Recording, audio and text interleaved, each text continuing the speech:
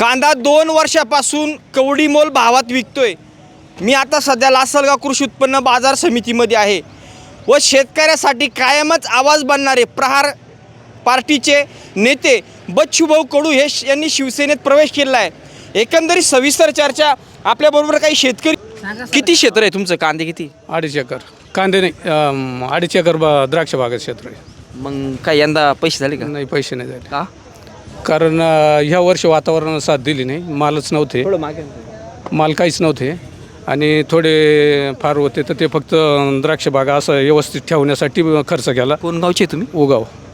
यंदा किती टक्के लॉस झाला द्राक्षामध्ये? म्हणजे उत्पन्न किती टक्के आलं किंवा नाही आलं असं? मागच्या वर्षीच्या तुलनेत 15 लाख रुपये 2.5 एकरात झाले, तर या वर्षी 3 लाख झाले. म्हणजे जवळजवळ. आणि खर्च किती झाला? खर्च 3.5 लाखापर्यंत खर्च गेला. तेवढ्याला बरोबरी झाली? बरोबरी झाली. या वर्षी काहीच राहिलं नाही. काय वाटतं शेतकऱ्यासाठी? बच्चूभाऊ कडू नेहमीच आंदोलनात सक्रिय राहिले, खूप आंदोलन त्यांनी केले, आंदोलन करताय. शिवसेनेत गेले ते, नेमकं तुम्हाला काय वाटतं त्यांचा निर्णय? त्यांचा निर्णय त्यानं घेऊन टाकला बरोबर व्यवस्थित त्यांच्या स्वतःच्या स्वार्थासाठी. अच्छा. बाकी काय शेतकऱ्याचं काही नाही, फक्त शेतकरी एक गृहीत धरायचा आणि त्यांची राजकीय पोळी भाजून घ्यायची.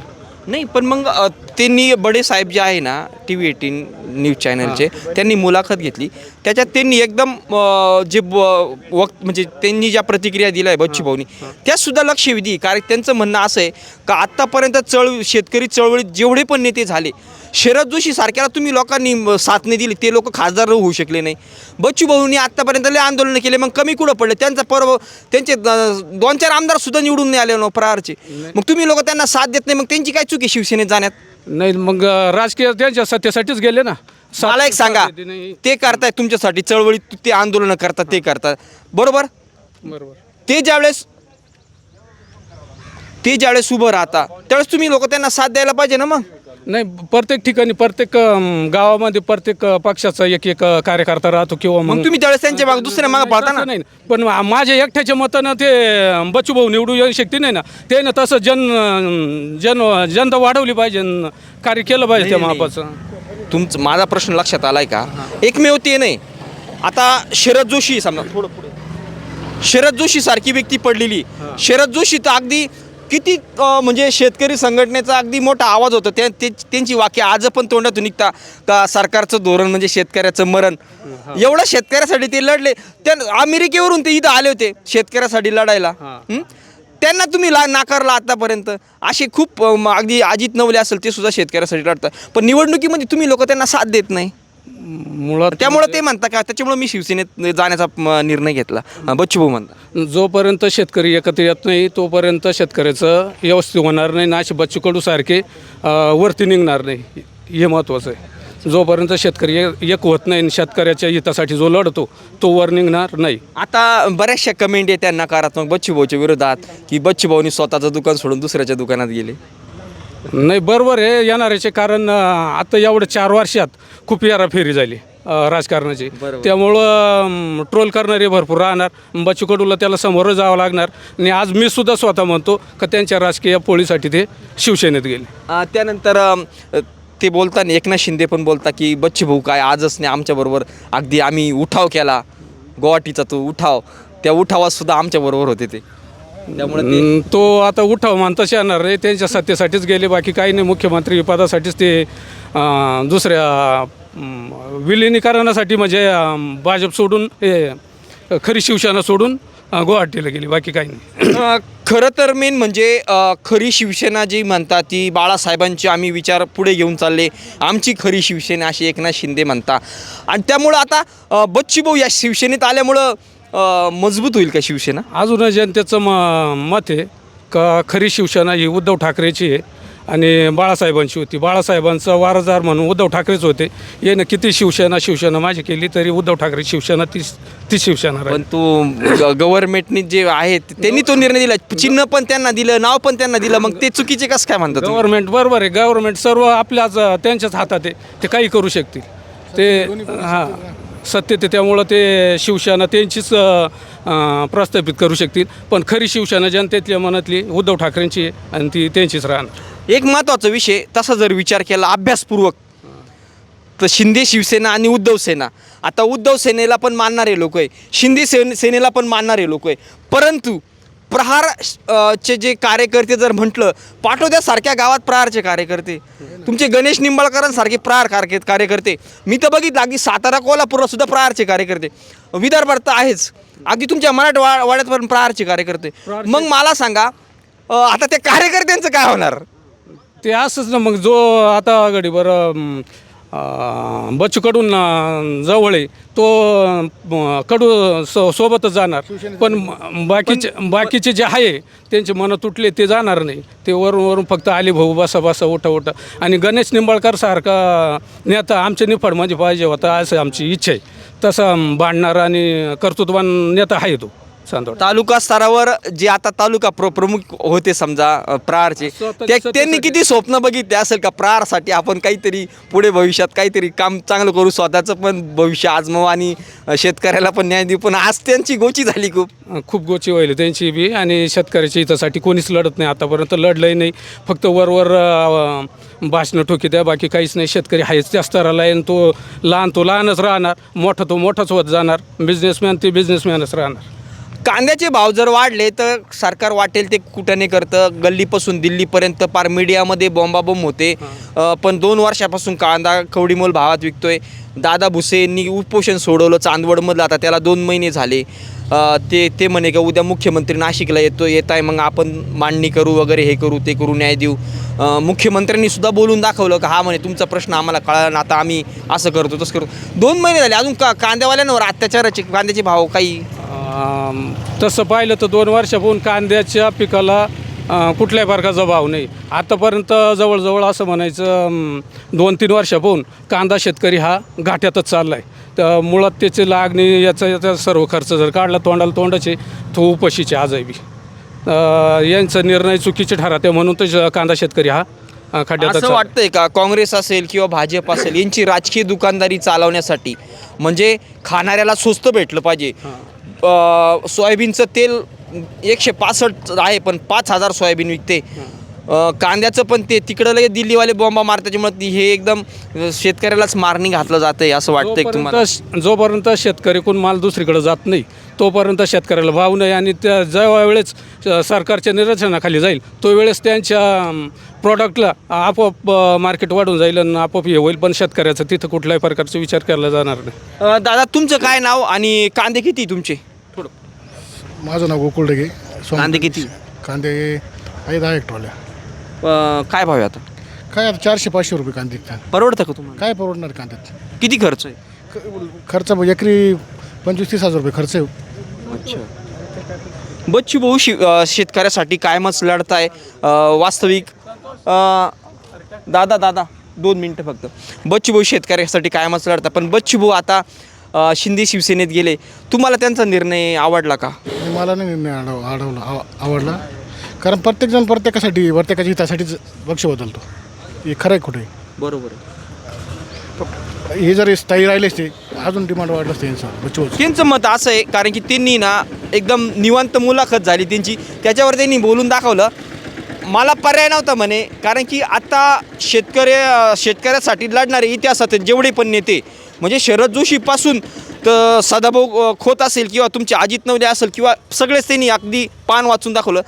यांना खासदारसुद्धा होता नाही आलं. शरद जोशीचा सुद्धा पराभव झाला होता. म्हणजे शेतकऱ्यासाठी एवढे रस्त्यावर आंदोलन करून शेतकरी वेळेवर साथ देत नाही, त्यामुळे ते शिवसेनेत गेले असं त्यांचं मत आहे. शेतकरी कसं काय साथ देईल? शेतकऱ्याला इथं भावच नाही, कोणत्याच पिकाला भाव नाही. जरी कवडीमोल भाव आहे, पण शेतकऱ्यासाठी तुमच्यासाठी समजा जे आंदोलन करताय ते ज्यावेळेस उभे राहत आहे त्यावेळेस तुम्ही त्यांचा पराभव होतोय ना. पण नाही ना, शेतकरी उभा राहतोच ना त्यावेळेस. त्यांचा पराभव कसं काय होतो? काय बरोबर आहे सांगा ना तुम्ही. शेतकरी भरपूर करतो, शेतकरी प्रत्येक नेत्यासाठी धावतो. आणि त्याच्यानंतर भाजप सत्ता आल्यापासून ना शेतकऱ्याच्या कोणत्याच मालाला पूर्ण वाटोळं झालं. तुम्हाला काय वाटतं काँग्रेसच्या काळातले आजचे दिन होते का? चांगलं होतं तरी महागाई कमी. शरद पवारला कांदा मारला होता तेव्हा. हो, पण महागाई पण 200-100 अनुदान द्यायची, हे काय हे ते सारखेच, काय फरक नाही. सगळ्यांना राजकीय दुकानदारी चालवायची म्हणून फक्त शेतकऱ्याचं रक्त पिलं जातंय. त्यांना पण दिल्लीवाल्यांना स्वस्त केला पाहिजे. काँग्रेसच्या काळात पण तीच पॉलिसी होती, यांच्या काळात पण ती पॉलिसी. यांच्यात काही चेंज नाही. तुम्हाला असं वाटत असेल चेंज आहे का? काँग्रेस खूप चांगलं आहे. काँग्रेसनी पण शेतकऱ्याला मारलं आणि हे पण मारताय. ऐका ना तुम्ही आता काय म्हणले बच्चू शिवसेनेत गेले, राघव चड्डाबीने आता कसं होतं, त्यानं कसं केलं. म्हणजे बोलायला खूप भारी, परंतु बरोबर कार्यक्रम करत्या. मग आता कशासाठी जात्या, दबावामध्ये जाऊ राहिले नाही, पक्ष बदलू राहिले, काहीतरी यांच्यावर दबाव काहीतरी विधान परिषद आली आणि लगेच गेले, दबाव कसं काय म्हणता येईल. डोकं घेतलं का नाही. भारतातील लोकांनी राघव चड्डाला तर 15 दिवसात डोक्यावर घेतलं, तर आता त्याचं किती कमी झालं फॉलोअर पाहिलं का तुम्ही. आणि मला बरीच माहिती आहे. एक तुम्हाला एक विषय विचारायचा आहे, जसं भाजपमध्ये शेतकरी संघटनेचे सदाभाऊ खोत एक आवडतं नेतृत्व होतं शेतकऱ्याचं सगळ्यांचं, त्यांचं ते बोलणं वगैरे शेतकऱ्यासाठी आंदोलन, पण ते भाजपमध्ये गेले तसे एकदम शांततामय झाले. ज्या वेळेस त्यांचं भाषण आलं ना, तंबाटे खा, हे खा, ते खा, त्यावेळेस त्याचं भाषण खूप आवडलं. पण जोपर्यंत भाजपमध्ये गेले त्यावेळेस त्यांची भाषा बदलली आणि त्यांचं क्रेडिटही कमी झाली, गप झाले. 2 मिनटं एकदम काय म्हणता. त्यांना जसं लहान मुलाला आपण रडायला लागलं का चॉकलेट देतो, ते गप होऊन जातं, तसं ते BJPमध्ये गेले, त्यांना चॉकलेट भेटलं, ते गप होऊन गेले. सदाभाऊ खोत सदाभाऊ खोत बरोबर आहे ना. सदाभाऊ खोत म्हणजे त्यांचे कंटिन्यू आंदोलन चालायचे, ते आंदोलन पण खूप लक्षवेधी राहायचे व शेतकऱ्यासाठी खूप तळमळ राहायची त्यांची. ते बोलणं जर ऐकलं तर शेतकऱ्याला सुद्धा वाटायचं यार आपल्यासाठी काय खरंच काय नेता आहे. भाजपमध्ये गेले आणि ते नेमकी ते कुठं दिसतच नाही आता. ते एक वेळेस आंदोलन झालं होतं बघा मागं, त्यावेळेस सदाभाऊ खोतच त्या BJPला साथ दिली. त्यावेळेस शेतकऱ्यांच्या बाजूने होते अगोदर, पण नंतर BJPच्या असं मुख्यमंत्र्यांनी दाबलं ते आंदोलन आणि ते त्या ठिकाणी तेव्हापासून त्यांची मागणी कमी झाली. तेव्हापासून त्यांचं प्रेस्टीज थोडंच कमी होत गेलं. आता कर्जमाफी दिली त्यांनी, आतापर्यंत जेवढ्या पण कर्जमाफ्या झाल्या त्यामध्ये सालाची मर्यादा घालण्यात आली, नियम व अटी लादण्यात आल्या. त्यामुळं जो बुडीत कर्जदार आहे, म्हणजे ज्याला आत्तापर्यंत लाभच नाही भेटले यांच्या नियम अटीमुळं, पीक कर्ज थकीत, आता त्यांनी परत एक टेंडन्सी केली का पीक कर्ज थकीत, पीक कर्ज माफ. काय तुमचं एकंदरीत काय कर्जाचं तुमच्या गावात किंवा तुमचं काय विषय आहे ना, कर्जमाफी ही त्यांनी 7-12 कोरा करायचं आश्वासन दिलं होतं, तो तर ते पूर्ण केलं नाही. त्यांनी ज्यावेळेस मतदानाची मागणी म्हणजे मतदान मागायला आले त्यावेळेस सर्व सांगत होते का प्रत्येक सभेत सांगायचे ते आम्ही 7-12 कोरा करू, पण आता फक्त 2 लाखापर्यंत, त्याच्यात मर्यादा घालून दिले. त्यांच्या अटी पण खूप राहतात, एकच शब्द असा राहतो. एक वेळेस त्यांचा शब्द होतं बघा, काही ते आता आठवणार नाही, पण अटी खूप राहतात त्याच्यात. जशी आपले आता हे लाडकी बहीण योजना, फक्त 75% लाडकी म्हणजे ज्या स्त्रिया होत्या त्या वगळल्या, फक्त 25% स्त्रिया राहिल्या. तसंच आता कर्जमाफीसुद्धा होईल, खूप अटी राहतील, त्याच्यात मोजके शेतकरी बसतील फक्त, असंच होईल. तुम्हाला अजून एक प्रश्न करतो, एक प्रश्न यांना करतो. मला सांगा, कर्जमाफीमध्ये आत्तापर्यंत जे बुडीत कर्जदार आहे, ज्यांना नियम व वर्षाच्या अटीमध्ये ते आत्तापर्यंत बसले नाही, तर तो मोबाईल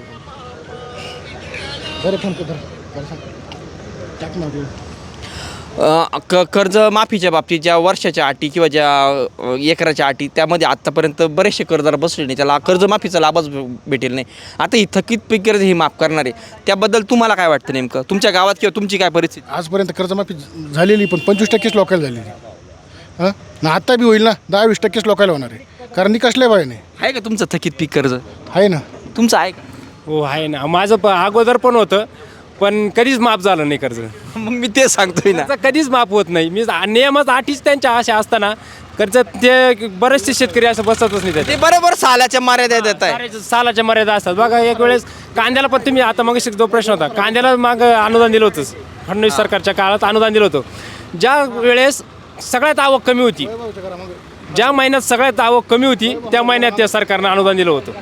ज्यावेळेस खरा कांदा शेतकरी कमी भावात विकत होता ना, त्यावेळेस भेटलं नाही. आवक पण होती आणि कमी भाव पण होते, त्यावेळेस भेटलं नाही अनुदान. एक विषय, बच्चूभाऊ कडू शिवसेनेत प्रवेश केला त्यांनी, बरोबर. आता त्यांना कमेंट खूप येऊ राहिल्या वाईट साईड, बरोबर. पण कसं आहे, एकच बाजू बघितली नाही पाहिजे, दोन्ही त्यांचं काय मध्ये आपण त्याला पण आपल्याला कळलं पाहिजे, बरोबर नाही. आता आजकाल राजकारणामध्ये तसा जर विचार केला तर काय परिस्थिती आहे आपल्याला सांगायची काही गरज नाही, कोण किती धुतल्या तांदळाचं आहे, बरोबर. तर माझा एक विषय, ते बोलले की आजतापर्यंत शेतकऱ्यासाठी जेवढे पण लढणारे नेते, थोडं शेतकऱ्यासाठी जेवढे पण म्हणजे अगदी शरद जोशी पासून शेतकऱ्यापर्यंत, अगदी अजित नवले असेल, तुमचे बच्चूभाऊ असेल, जेवढी पण फळी असेल, ते त्यांना अगदी खासदारसुद्धा वाता नाही आले. शरद जोशी सारखी व्यक्तीसुद्धा शेतकऱ्यांसाठी एवढी लढली, पण ते उभे राहिल्यानंतर त्याला पराभव पत्करावा लागला. आता बच्चूभाऊ कडू सुद्धा ते म्हणायचे की मी एवढा चळवळी करतो, मी एवढे आंदोलन करतो, मी माझा एवढा पक्ष असून मला 4 आमदार सुद्धा निवडून दिले नाही. तुम्ही लोक त्या लोकांना साथ देत नाही म्हणून ती शिवसेनेसारख्या असं संघटनेत नाही. त्यांनी प्रवेश केला असं त्यांचं मत आहे. त्यांचं मत बरोबर आहे, परंतु मी चांदोड तालुक्यातला गणेश भाऊ निंबाळकर आमच्या इकडून उभे होते. किती मतं पडले त्यांना सांगा. 50,000 मतं पडली. बरं, निवडून कोण आलं? बरोबर आहे, ते समोरची पार्टी आली. पण एक लक्षात ठेवा तुम्ही, आपल्या असा विषय की तो व्यक्ती पहिल्यांदा निवडून आला, म्हणजे पहिल्यांदा उभा राहिला, तरी बी त्यांना 2 नंबरला म्हणजे शेतकऱ्यांनी निवडून दिलं. आता आमच्या चांदोड तालुक्यातलं मतदान असं राहतं का देवळा आणि चांदोड दोन्ही आहे. आता देवळ्यामध्ये आपले राहुल दादा आयर होते, इकडे चांदोडमध्ये हे होते. तिकडं BJP सरकारकडून राहुल दादा आता आयर उभे होते, ते आमदार झाले, बरोबर आहे. परंतु गणेश भाऊ निंबाळकर पहिल्यांदा उभे राहिले असं राजकीय वारसा पण आहे राहुल दादा, त्यांचे दौलतराव आयर वडील होते, मंत्री होते. तरी पण गणेश भाऊ निंबाळकरांना 2 नंबरला म्हणजे मतदान देऊन शेतकऱ्यांनी त्यांच्या पाठीमागे उभं राहिलंच ना. प्रत्येक आंदोलनात शेतकरी हा उभा राहतो. त्यांचा विजय व्हायला पाहिजे होता. ते जर एवढे आज निंबाळकरांचं एवढं नाव आहे, तुम्ही लोक नाव काढता, मग तुम्ही मतदान का नाही करत? असा विषय. मतदान म्हणजे तुम्ही त्यांचा विजय व्हायला पाहिजे होता त्यांचा. नाही असं नाही ना. मग त्यांनी आपले बच्चूभाऊंनी बी राजसाहेबांचा आदर्श थोडं घेतला पाहिजे ना. राजसाहेबांनी असं नाही केलं. राजसाहेबांनी किती दिवसापासून लढताय, तरी पण त्यांनी गेले का असे कोणामध्ये सामील झाले का? राजसाहेबांना पण लोक पाठिंबा देतच ना. आता वेगवेगळ्या कमेंट येत आहे. कमेंट जर बघितल्या तर त्या म्हणजे आता सांगायला पण नाही. आता कमेंट येत आहे बच्चूभाऊबद्दल की स्वतःचं दुकान सोडून दुसऱ्याच्या दुकानात कामाला लागले. स्वतःचं दुकान सोडून दुसऱ्याच्या दुकानात कामाला लागले, अशा कमेंट आहेत बच्चूभाऊंना. ते बरोबर आहे. आता ते कसं राहतं, शेतकऱ्यासाठी ना एक सांगू तुम्हाला मी, शेतकऱ्यासाठी ना मनापासून खरं तर फक्त विरोधी पक्ष लढतो. मनापासून कोण लढतं? काय झोपले ते सगळे कांद्यावर कोण बोलतं तरी काय बोलतात तुम्ही? तरी झोपले ते, पण तरी पण आहे ना शेतकऱ्यासाठी कोणीच नाही लढत ना. हो कोणी सांगा बरं तुम्ही? जो विरोधात जातो तो फक्त म्हणतो शेतकरी असा शेतकरी तसा. तोच आता फडणवीस साहेब होते. फडणवीस साहेब ज्या वेळेस विरोधात होते त्यावेळेस 6,000 रुपये मागणी करत होती. टाळ घेऊन त्यांनी आंदोलन केलं होतं बघा. आता काय देत नाही. बरोबर आहे. आणि काय तो आवाज होता त्यांचा. तो आवाज होता. बच्चूभाऊंचं सुद्धा तसंच झालं. कोणताही राजकीय नेता घ्या, तो फायद्याशिवाय स्वतःचा फायदाच पाहतो. तो विरोधी पक्षात असो नाहीतर पक्षात असो. तुम्ही सदाभाऊ खोतचा मगाशी प्रश्न विचारला, त्यांनी काय केलं? BJP मध्ये गेले, सर्व ठीक. राघव चटांचं काय झालं? राघव चटा बी BJP मध्ये गेले. बापरे, काय फॅन होते त्यांचे काय fan होते? तर. काय ते वक्तृत्व होतं त्यांचं. प्रश्न असे विचारित होते का इतक्या काही 15 दिवस त्यांनी इतकं गाजवलं होतं, देशात म्हणजे हिरो झाले होते आज. पण गेले ना आता पूर्ण काहीच नाही, फॉलोवर नाही राहिले त्यांची, कोणीच नाही राहिलं. असं म्हणजे प्रत्येकीला स्वतः स्वार्थासाठी लढतो. पद भेटलं ना चांगल्या पक्षामध्ये, अहो पद सत्ताधारी पक्षात. पण लोकांची मानसिकता गेली ना त्यांच्यावरली, जे विश्वास होता तो उडाला का नाही? बरोबर आहे. मग तसंच कोणताही नेता का, बच्चूभाऊ असू सदाभाऊ असू, कोणताही नेता घ्या तुम्ही, तो स्वतःचाच म्हणजे तेच नाही, विरोधी पक्षातले असे कोणी असू स्वतःचा फायदा पाहतो आणि त्यांचे ते असं. दादा 2 मिनिटं. काय वाटतं, बच्चूभाऊ शिवसेनेत गेले, नेमका त्यांचा निर्णय तुम्हाला आवडला का? आता बच्चू भाऊ आता कोणी पण राजकारणी असो ते तिकडे म्हणजे पक्ष बदलता, याच्यावर मी काही बोलणार नाही. पण मला असं वाटतं की शेतकऱ्यांसाठी जे काही धोरण आहे ना ते पक्के असायला पाहिजे. जसं की निर्यात धोरण हे पक्का असायला पाहिजे. आता भारत हा कृषीप्रधान देश आहे. या देशामध्ये भरपूर माल पिकणार आहे शेतीवर, तर याचं काहीतरी पक्कं धोरण पाहिजे निर्यात करण्याचं, जेणेकरून जगात भारत 1 नंबर निर्यातक्षम राष्ट्र बनू शकेल. असं ते तर स्वप्न आपल्याला 2014नी दाखवलं होतं. त्या बोलण्यामधून खूप ते आश्वासन होते की फूड प्रोसेसिंग प्रोजेक्ट आणू, असं करू तसं करू, पण ते काहीच नाही त्याच्यात. बरोबर कुठंतरी. आणि शेतकऱ्याचं पण संघटन कमी पडतं. तुम्ही म्हटलं की बच्चूभाऊंना सपोर्ट नाही भेटत, कारण असं वाटतं ना शेती हा विषयच बरोबर आहे. तो प्रश्न तुम्हाला परत सांगतो. बच्चूभाऊंचं म्हणणं असं आहे की मी शिवसेनेत प्रवेश का केला, कारण की आत्तापर्यंतचा इतिहास आहे, शेतकरी चळवळीत जेवढे पण लोकांनी कामं केले त्यांनी अगदी रक्ताचं पाणी केलं, भरपूर आंदोलनं केले. शरद जोशीपासून तर अजित नवले असेल किंवा भरपूर, म्हणजे त्यांना साधा खासदार होता येत नाही. शेतकरी लोक एवढ्या चळवळी करून पण शेतकरी लोक त्यांना साथ देत नाही. बच्चूभाऊची एवढी प्रार संघटना आहे, त्यांचे 10-12 आमदार निवडून यायला पाहिजे होते, पण त्यांचा स्वतःचा पराभव झाला आहे. मग त्यामुळे त्यांनी त्या संघटनेत म्हणजे शिवसेनेत प्रवेश केला. मग शेतकरी पण कुठंतरी साथ देत नाही ना. कुठंतरी शेतकऱ्याचं संघटन कमी पडतं आहे आणि संघटन आहे काही काही ठिकाणी, पण बरंच एवढं तगडं संघटन नाही आहे. आणि शेती हा विषयच मुळात ग्लॅमरस नाही आहे. शेतीला ग्लॅमरच नाही आहे आणि आर्थिक असं बाजू कमकुवत आहे तिची. त्यामुळं त्या नेत्यांना बी काही कालांतराने वाटत नाही बुवा शेतीच्या या मुद्द्यात काही रस आहे. त्यामुळं ते तिकडे पक्ष बदलत असतील, ते सत्ता त्यांची पोळी बाजून तिकडे जात असतील कदाचित, माहीत नाही. मला तर वाटतच नाही आहे शेती क्षेत्रात एवढा दम, म्हणजे तसं राजकारण्यांनी तशी परिस्थितीच केली तशी. आज काय झालं माहिती आहे का, कांद्याची अशी हाल का होत आहे. आता व्यापाऱ्यांचं पण मत असं आहे का सरकारचं कायम जे निर्यातीचं धरसोड जे धोरण आहे, हो. त्यामुळे बाहेरच्या व्यापाऱ्यांच्या, बाहेर देशातल्या राज्यांचा म्हणजे व्यापाऱ्यांचा, बाहेर देशातल्या व्यापाऱ्यांचा आपल्या देशावर विश्वास नाही राहिला, कारण की धरसोडचं धोरण आहे. त्यामुळं प्रॉब्लेम आहे. ह्याच विषयात आता इंडियाचं कांद्याचं जर म्हटलं ना तर बरेच निर्बंध लागत आहे आपल्या याच्यावर. तर त्यामुळं व्यापारी आपला कांदा चांगला असून पण तो नको म्हणताय, म्हणजे कारण विश्वास नाही राहिला ना. बरं, बच्चू भाऊ शिवसेनेत गेले. आता खरी शिवसेना बाळासाहेबांचे आम्ही विचार पुढे घेऊन चाललो.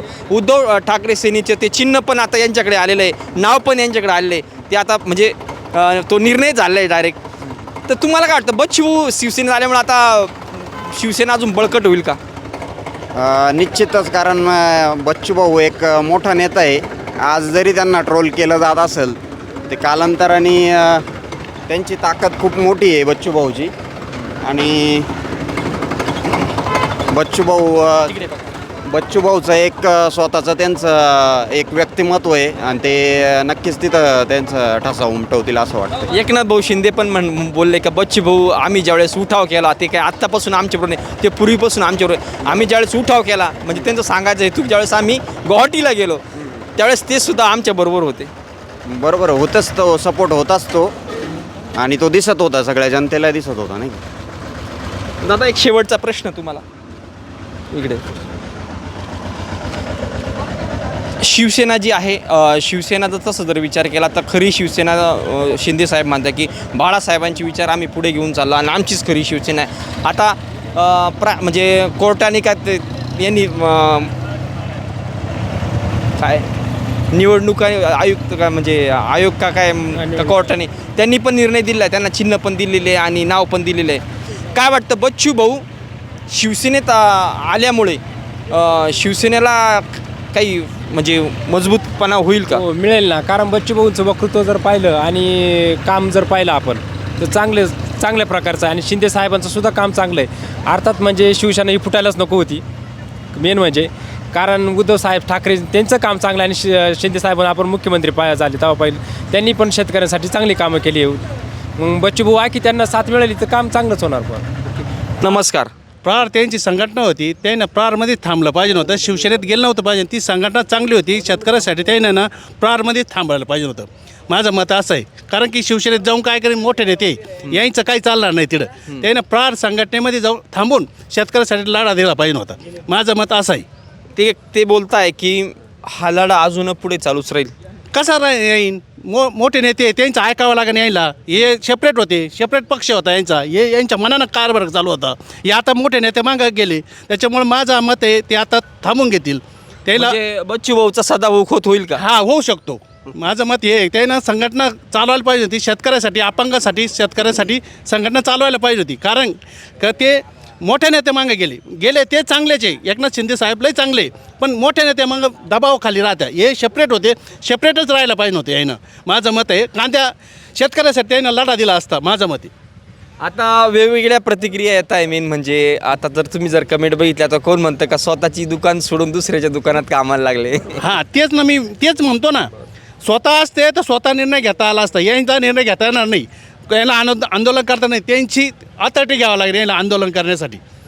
आपण जर विचार केला तर सदाभाऊ खोत एकदम खास नेतृत्व होतं, शेतकऱ्यासाठी एक लढवं नेतृत्व होतं. परंतु जसे ते भाजप जनता पार्टीमध्ये गेले तसे सदाभाऊ खोत शक्यतो कधी कुठं काही दिसत नाही. सदाभाऊ खोत बी तसेच झाले ना, ते बी भाजपात गेले, ते ना तेच थांबून घेतलं. विशेष नाही घेत ना, नाही संघटना नाही पोरच्या करते, नाही काय करते, तसं यांचं गत होईल. यानं सेपरेट लढलं पाहिजे नव्हतं. बच्चूभाऊ कडूंची काल मुलाखत झाली, बडे साहेबांनी त्यांची मुलाखत घेतली, परंतु त्यांनी जे मुद्दे सांगितले शिवसेनेत जाण्याचे ते सुद्धा अगदी खूप महत्त्वाचे. कारण की त्यांनी एक इतिहास सांगितला का शेतकरी चळवळीमध्ये आत्तापर्यंत ज्या लोकांनी काम केलं, शरद जोशी सारख्या व्यक्तीला पराभव पत्करावा लागला. शेतकरी लोक साथ देत नाही वेळेवर. म्हणजे आत्तापर्यंत शेतकरी संघटनेचे किती नेते शेतकऱ्यासाठी लढले, पण त्यांना निवडून दिलं नाही तुम्ही लोकांनी. कारण मग हेच ना, आदलबदल केल्यामुळेच निवडून देत नाही ना.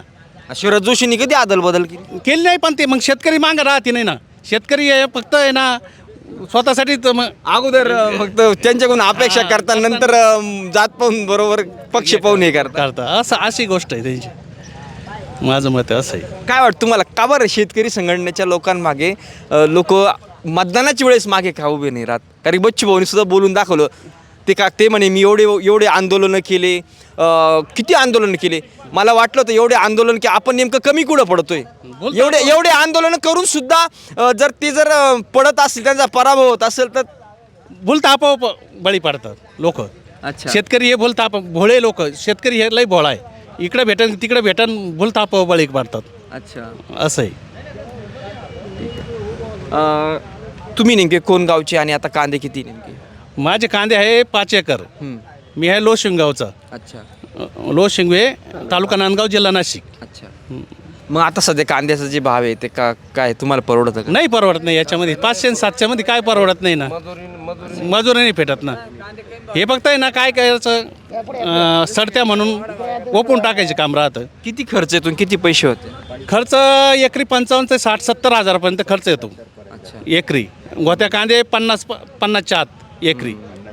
50 आले भाव 700-900च्या पुढं हजाराचे, तर 50,000च्या पुढं.